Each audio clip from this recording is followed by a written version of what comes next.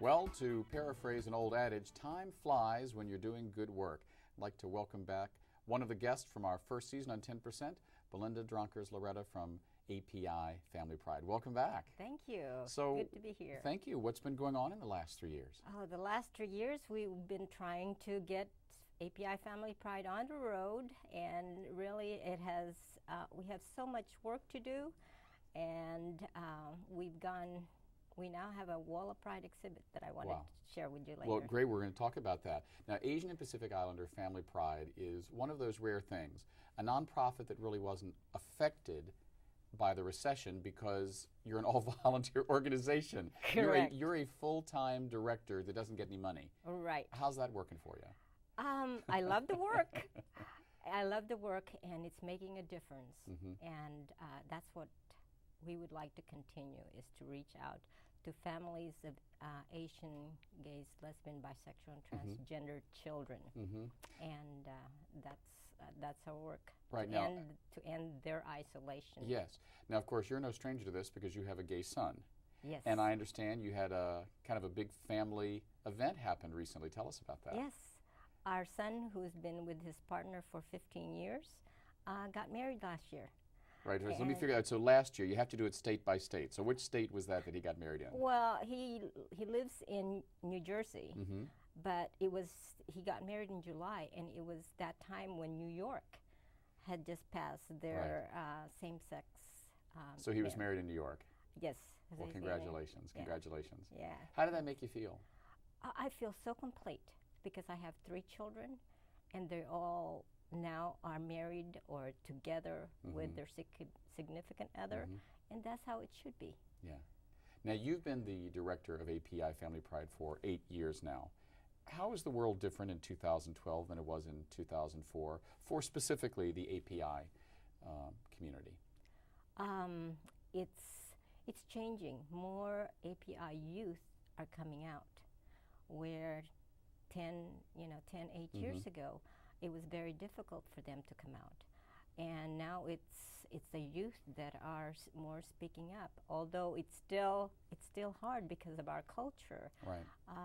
We don't. And when you say our culture, do you mean the greater culture or the culture within the Asian Pacific Islander community? Yes, because of the culture and traditions that there are over 50 Asian countries, and the word gay is not part of the language, and so it makes it very hard to talk about one's sexual orientation, and that is we're trying to change to make it normal. Right. Because it's not part of the culture. Sexual orientation is not part of the culture, and even gender. That it's very difficult to talk about sex. Right. In the culture, and there's a lot of still not understanding of what it means to be gay. Right. And that's the difficulty most parents have. Right. Talk a little bit about your journey. You started 8 years ago. What was it that made you think, I have to make a difference in my own community and in my own family? I have to make the world a better place for my children and also the other children, specifically in the Asian Pacific Islander world. Well, the work that I was doing was, I was with PFLAG. Parents and Friends of Lesbian and Gays. Right, national. And doing that work, I saw that within the Asian community, I didn't know any other Asian parents or Asian families. Even when my son came out to me, there were no Filipino that I knew. And those who I was speaking to, it was one-to-one conversation. And because you certainly wouldn't gather in a room and talk about sexuality in the middle of a group of Asian families. It's something that you don't disclose to somebody else because it's very personal. And so when my son came out, the parents, I went back in the closet. Although I was in the closet for 2 years, but once I... Meaning in the closet as the parent of a gay son. As a parent of a gay son. And once I understood that he is the same son, the same boy that I knew and loved, and that's part of his identity, I had to share that with others. And it might take one by one, but it's educating your family first. Right. Do you think there's still, I mean, obviously you do a lot of bias or negative stereotypes about the LGBT community within the Asian and Pacific Islander population? I mean, has it improved a little bit? Are you making a difference? We're making a difference, but slowly. Mm-hmm. But you know, it's being talked about in other, not here in the United States, but in other Asian countries. And in fact, especially in the Philippines, there are now people advocating even in the politics, you Right. might say. Talk a little bit about that, because the Philippines is an interesting case, because, I mean, not just any Catholic country, an intensely Catholic country. How is it there now for members of the LGBT community? Slow change again, but it's the allies. It's the allies that are changing that. And it's, I wouldn't say it's the parents and their family. Mm-hmm. And when I went back in the Philippines to a gay and lesbian conference, it was an opportunity for me to start the conversation.